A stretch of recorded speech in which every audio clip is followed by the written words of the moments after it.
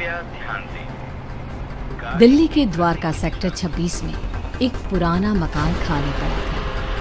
आसपास के लोगों का कहना था कि 5 साल पहले मकान में रहने वाला खुराना परिवार रातों रात अचानक गायब हो गया और फिर कभी कोई इस घर में रहने नहीं आया। लेकिन आज सुबह से ही वहाँ चहल पहल थी। किसी मिश्रा परिवार ने घर खरीद लिया था और मिश्रा जी का बेटा अतुल और उसकी नई नवेली पत्नी कविता वहाँ रहने आने वाले थे। सुबह के वक्त अतुल और कविता घर में पहुँच गए हैं। अतुल, घर की साफ सफाई तो बहुत अच्छी से हो गई है। हाँ, देखकर लगता नहीं कि 5 साल से बंद पड़ा है। हाँ, लेकिन इतने दिन से कोई इसे संभालने क्यों नहीं आया? अरे कविता, इस मकान के मालिक का कोई अता पता नहीं, कहाँ चले गए कोई नहीं जानता। तो फिर आपने घर को किससे खरीदा? मकान मालिक के कोई दूर के रिश्तेदार बहुत कम पैसों में बेच रहे थे तो मैंने खरीद लिया। जानती हो ना, दिल्ली में जमीनों के भाव कितने हो गए हैं। हाँ, लेकिन कोई गड़बड़ तो नहीं है ना? नहीं बाबा, ऐसा कुछ नहीं है। अतुल बाथरूम में नहाने जाता है और कविता किचन में। तभी उसके हाथ से स्पून गिर जाती है। जैसे ही कविता स्पून उठाने के लिए नीचे झुकती है, उसे किचन की शेल्फ के नीचे किसी की आंखें नजर आती है। कविता चीख कर बाहर की तरफ भाग आती है। अरे कविता, कविता क्या हुआ? अरे तुम ऐसे चिल्ला क्यों रही थी? क्या हुआ? वहाँ अलमारी के नीचे कोई है। अतुल नीचे झुक कर देखता है और घबरा के पीछे हट जाता है। मैंने कहा था ना, कुछ है वहाँ पर। अतुल, चलो हम यहाँ से चलते हैं। तुम भी ना कविता, वहाँ कॉकरोच है और कोई भूत नहीं है। एंड आई नो तुम्हें कॉकरोच से कितना डर लगता है। अतुल, मैं सच कह रही हूँ, वहाँ कॉकरोच नहीं बल्कि कुछ और था। किसी की आंखें। मुझे डर लग रहा है, मैं यहाँ नहीं रह सकती। अतुल कविता की बात नहीं सुनता और रात होने की वजह से कविता को सोने के लिए कहता है। डर की वजह से कविता को नींद नहीं आ रही थी। तभी उसकी नजर कमरे की छत पर लगे फैन के पास एक मकड़ी पे जाती है। वो मकड़ी को देखने लगी। देखते ही देखते कविता को एहसास होता है कि मकड़ी का आकार बढ़ता जा रहा है। कविता घबरा कर चीखने की कोशिश करती है, पर तभी वो देखती है कि मकड़ी एक डरावनी शक्ल में बनी है। अतुल, वो देखो। क्या हुआ कविता? तुम ठीक तो हो ना? क्या हुआ? वो देखो अतुल, वो कौन है? एक छोटी सी मकड़ी, और कौन? इस घर में कुछ अजीब है अतुल, हमें यहाँ नहीं रहना चाहिए। ऐसा कुछ नहीं है, बेकार में डर रही हो तुम। अगली सुबह ब्रेकफास्ट के टाइम पर। कविता, आज मैं ब्रेकफास्ट नहीं कर पाऊंगा, मुझे बहुत देर हो गई है। प्लीज अतुल, कुछ तो खा लो। देखो, मैंने नाश्ता टेबल पर लगा दिया है। प्लीज कविता, तुम फ्रिज में रख दो, मैं निकाल कर खा लूंगा शाम को, ठीक है? Okay, bye. अतुल ऑफिस चला जाता है और कविता किचन में काम करके जैसे ही बाहर निकलती है तो देखती है कि डाइनिंग टेबल पर एक बुजुर्ग औरत और एक आदमी बैठ के ब्रेकफास्ट कर रहे थे। कविता ये देखकर खौफ से भर जाती है।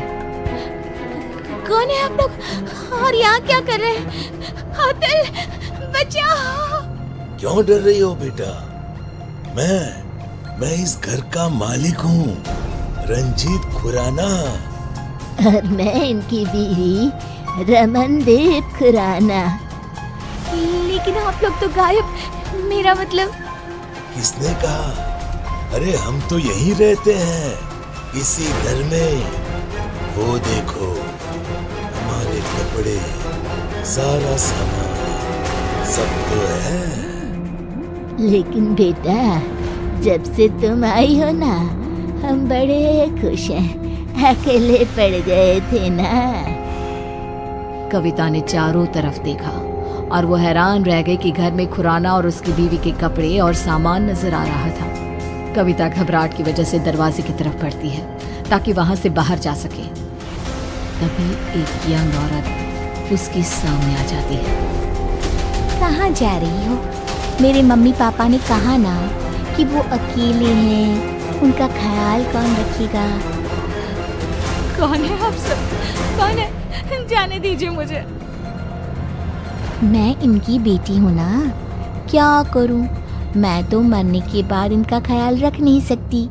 अब तुम्हें ही ये काम करना होगा ना। हेल्प, कोई बचाओ मुझे। कविता भागती है और अपने कमरे में जाकर एक कोने में बैठ जाती है। पूरा दिन वो एक जगह बैठी रहती है। शाम को 5 बजे अतुल घर आता है और कविता को ऐसी हालत में देखकर परेशान हो जाता है। क्या बात है? अरे तुम यहाँ ऐसे? तुम्हारी तबीयत खराब है क्या? क्या हुआ? वो अतुल खुराना और उसकी बीवी यहाँ इस घर में। कौन खुराना? कविता, ये क्या बहकी बहकी बातें कर रही हो तुम? इस घर के मालिक अतुल वो यही है, इसी घर में। मैंने उन्हें देखा है और उनकी बेटी भी। तभी कविता ने देखा कि बुजुर्ग औरत, आदमी और उनकी बेटी कविता के ठीक सामने आकर खड़े हो गए। वो देखो अतुल, वो सब यहाँ है, तुम देख रहे हो ना? ओह ये, अरे ये तो मेरे मॉम डैड है। इनसे डरने की क्या जरूरत है?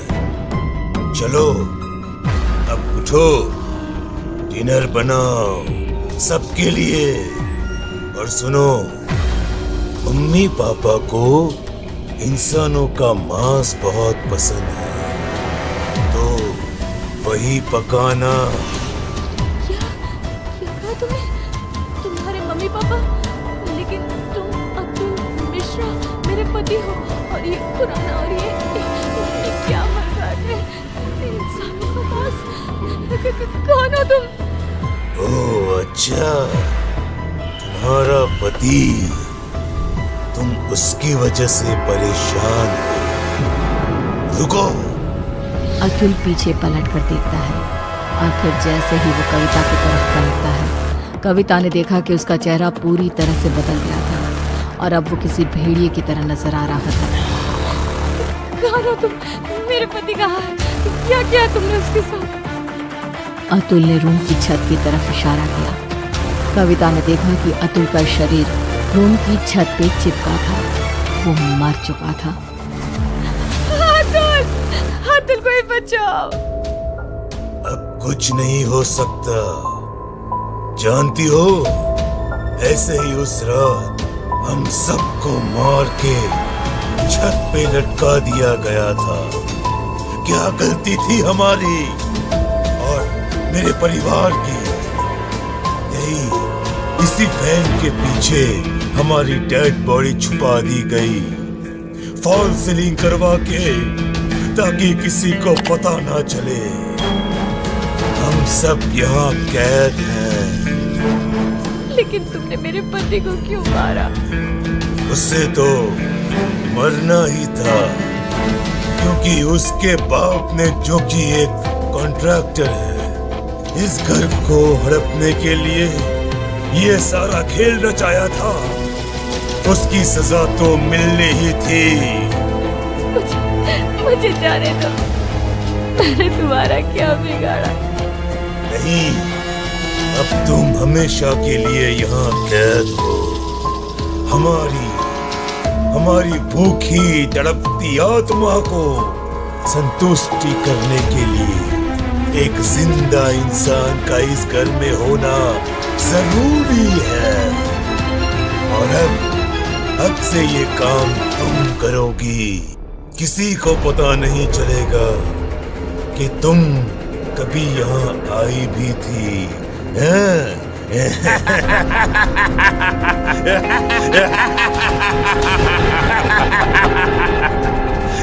उसके बाद सेक्टर 26 में एक खबर और फैल गई कि खुराना के मकान में रहने आए अतुल और कविता भी अचानक से गायब हो गए।